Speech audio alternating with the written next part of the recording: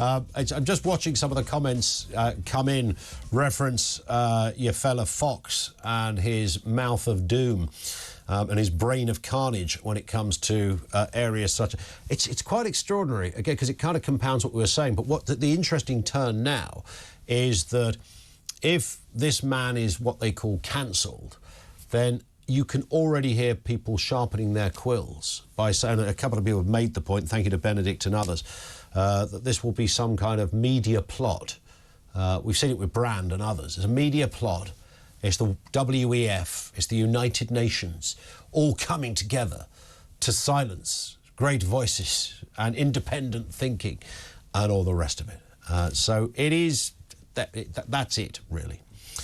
David says, sorry, Ian, it's simply untrue that women get more abuse than men. 35% of men say they get called an offensive name versus 26% of women, physically threatening 16 to 11 times. I think that depends on who you talk to. I would, and I get what David is saying, by the way, it's not an unreasonable point to raise, because statistically there may be some truth in that. But the nature of what a woman gets is, I've never seen, every time I do a political panel, for example, there's a male, there's a female, sometimes left, sometimes right, sometimes, you know, whatever. Every single time the female on the panel will get more stick than the bloke. And I've said that's more than a little anecdote. That's as night follows day for some curious reason. Let's speak with Alicia Fitzgerald, political correspondent at the HuffPost. Alicia, good afternoon to you. Hi, Ian. How are you doing? I'm good. How are you? All right. Have you ever had much stick on social media?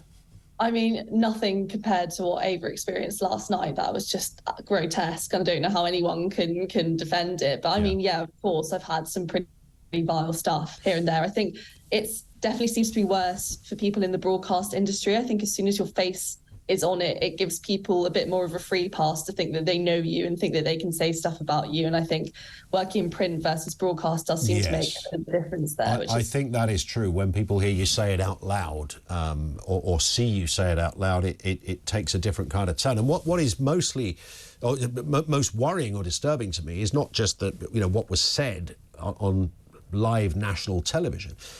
It's the kind of follow-up, because you would imagine there's only one answer to that, is that this was foul, it was horrible, it was nasty, it was low, it was all of those things.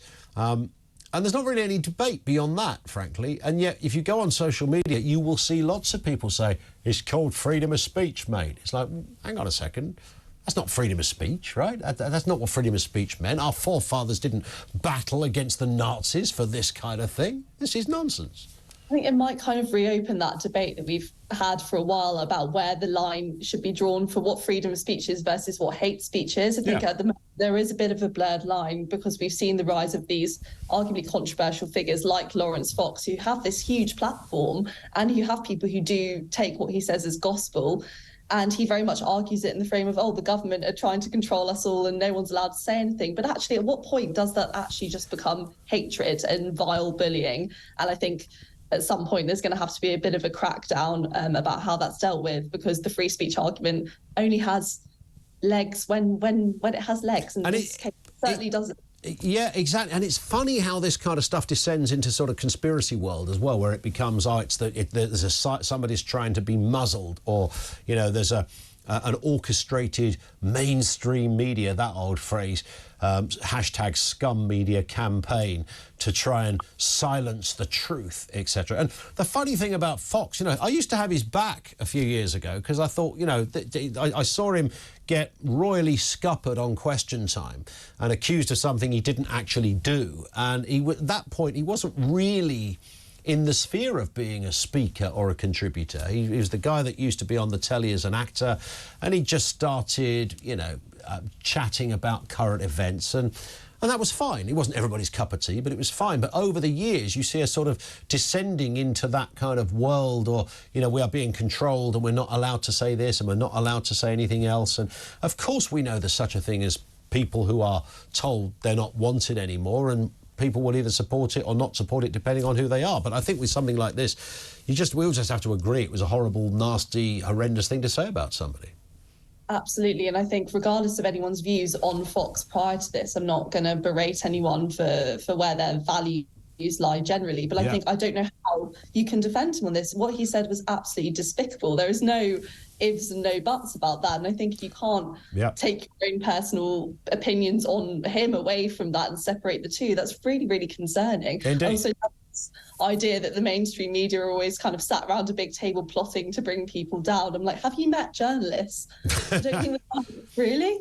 I know. It's always curious when you're on this side of the discussion when you hear people say that. And by the way, for all those suggesting that, you know, I'm out of line because of the point I'm taking on this incident, I mean, the channel itself that he said it on have got rid of him.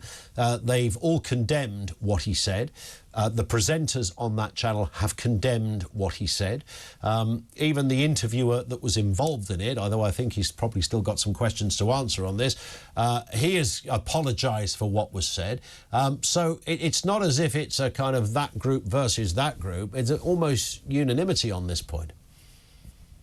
Yes, for sure. I mean, I just think this kind of stuff has got to stop. And I just feel really, really awful for Ava. It's just must have been a really horrible thing to receive. And I really just can't understand anyone who can defend his behaviour on it. Indeed. Let's talk about other things. Suella Braverman, the death of multiculturalism. That was really central to what she said last night. The Daily Mirror called it poisonous. Other people have said, my goodness, she's just speaking common sense and was trying to get an international consensus on immigration. And I think her point was probably that unless you get an international consensus, because some of these conventions are international, then you can't really have an authentic argument. What did you make of what she said, Alicia?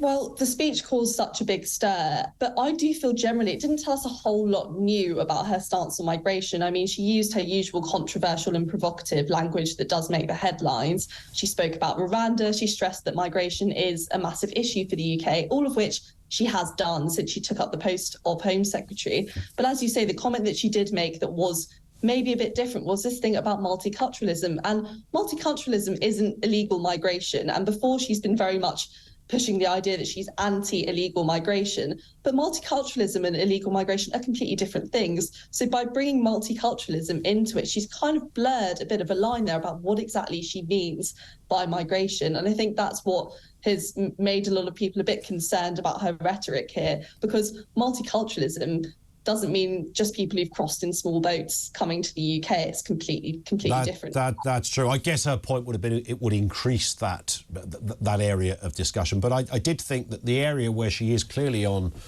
very wobbly ground is that she is actually the Home Secretary in charge of all of this, and the government she represents have been there for 13 years. So you can't fully separate yourself from the problem. If you're raising the issue of the problem, then you have to say, well, who's been in charge? If only there was somebody we could point to and, oh yeah, look, it's her. For sure. I mean, she does do this in a lot of her speeches. She acts like they haven't had the power for the last 13 years. Yeah. But I mean, realistically, it has very much been in their hands. Of course, there have been external factors that have influenced migration. No one can deny that. But at the end of the day, it has been down to her. It's been down to her predecessor, Priti Patel, and it's been down to the prime ministers that we've had. It's not something that's just happened in the last year. It's been the migration figures have been going up every single year. So she definitely can't pass the buck there and say that it was completely nothing to do with her and that we're in this situation for no reason. Indeed. Earlier in the show, we had Deanna Davison, the MP, in with us. She was talking about her decision to quit, firstly stepping down as a minister because she has a chronic migraine issue, which I don't think many of us knew about, but she said it was just incompatible with working crazy hours and trying to be focused. But she's also standing down as an MP at the next election, one of 47 Tories that are going to be going. I'm fascinated by this, Alicia, at the moment, because it looks as if it's a done deal for Keir Starmer and Labour until you really drill down on the numbers and you start to go, hang on a second, they've got to have such a dramatic and I think an unprecedented swing just to get a majority of one. And Rishi Sunak looks as if he couldn't win a raffle right now. So this is up for grabs, right? It's not a done deal for anyone here. I don't think it's ever a done deal. And I think it's slightly dangerous sometimes that when you approach the kind of pre-election period to just always go off what the polls say and assume that you're going to have an outcome just because people are talking about it. I think it never is a done deal. And so much could happen between now and the general election. We don't even know when the general election is going to be. And that's going to make a big difference. Anything could happen between now and the next year. So I think it's important that people remember that. And with regards to MPs leaving, yes, we have seen a big swathe of Conservative MPs recently say they won't stand for the next election. Undoubtedly, and some people have even expressed that this is the case, it is indicative of the way that the Conservative Party has changed in the last term. And it may even seem like an age ago, but we have to remember that Boris Johnson is the UK's most recently elected Prime Minister. And if we look at what's changed since then, we've had 2 more Prime Ministers, we've had drama left, right and centre, which obviously will have led some Conservative MPs to question whether or not their values fit with where the party is going.